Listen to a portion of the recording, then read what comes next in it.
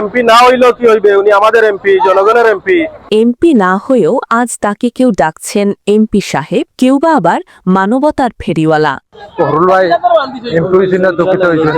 আমরা মনে আছে ইনশাল্লাহ তাই বেশি বেশি দান করার কথা, আল্লাহ তাআলা তার দান কবুল করতা। উনি এমপি না হইলেও কি হইবে, উনি আমাদের এমপি, জনগণের এমপি।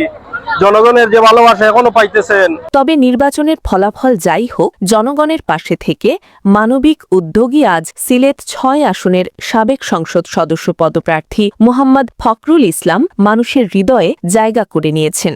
পবিত্র রমজান মাসে গোলাপগঞ্জ ও বিয়ানীবাজার উপজেলার ১ লাখ মানুষের জন্য ইফতারের আয়োজনের ঘোষণা দিয়েছিলেন তিনি। ঘোষণার সেই অঙ্গীকার বাস্তবে রূপ নিয়েছে নিয়মিত মানবিক উদ্যোগে। বর্তমানে গোলাপগঞ্জ ও বিয়ানীবাজার উপজেলার ১০ থেকে ১৫টি গুরুত্বপূর্ণ স্থানে প্রতিদিনই ইফতার প্যাকেট বিতরণ করা হচ্ছে। এরই ধারাবাহিকতায় বুধবার গোলাপগঞ্জ উপজেলার ঢাকা দক্ষিণ বাজারে ইফতার প্যাকেট বিতরণ করা হয়। এ সময় পথচারী, শ্রমজীবী মানুষসহ বিভিন্ন পেশার রোজাদাররা মোহাম্মদ ফখরুল ইসলামের ভালোবাসার উপহার হিসেবে ইফতার প্যাকেট সাদরে গ্রহণ করেন।